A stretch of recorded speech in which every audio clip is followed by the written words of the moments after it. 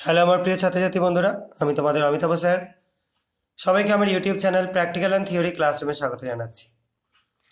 আজকে তোমরা সামনে যে সলিউশনগুলো দেখতে পাচ্ছ তার মধ্যে এখানে দেখো একটা ট্রান্সপারেন্ট সলিউশন রয়েছে। আমি এর মধ্যে একটা নীল বর্ণের দ্রবণ যোগ করে দিচ্ছি। আর নীল বর্ণের দ্রবণ বলতে তোমরা সবাই মোটামুটি কম বেশি বুঝতেই পারো যেটা একটা কপারের সল্ট।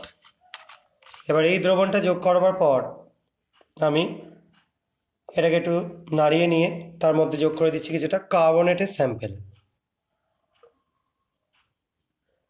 দেখতে পাচ্ছ একটা ডেন্স ব্লু কালারের একটা কালারেশন তৈরি হলো, অর্থাৎ একটা প্রেসিপিটেশন তৈরি হয়েছে। এটা বুঝতে পারছো, এটা বেশ খানিকক্ষণ রেখে দিলে আস্তে আস্তে নিচে স্টেবল হয়ে যাবে।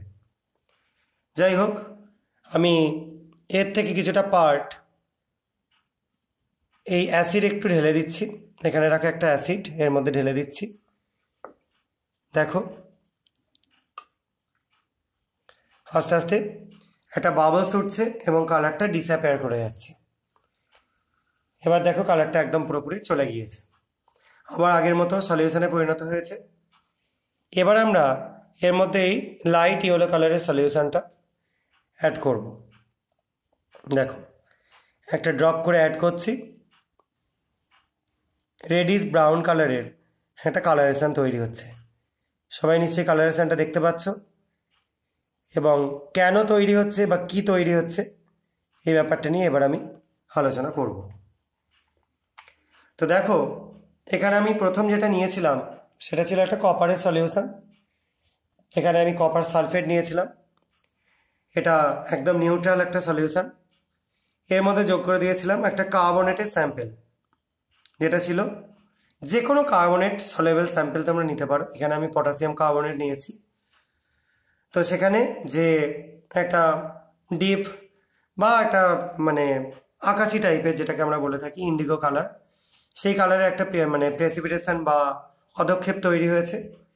যে অধক্ষেপটা থেকে আমরা মোটামুটি কপারের একটা আইডেন্টিফিকেশন বুঝতে পেরেই যাই।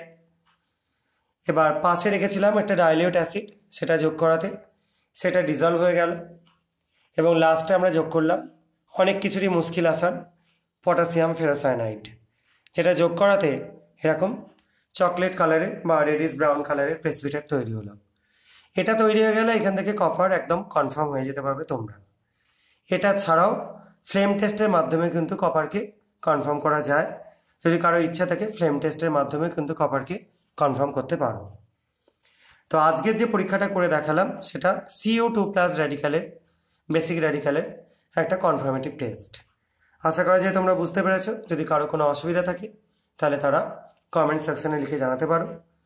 আজকের মতো ভিডিও এইটুকুনি। সবাই খুব ভালো থাকবে, সাবধানে থাকবে। বাই।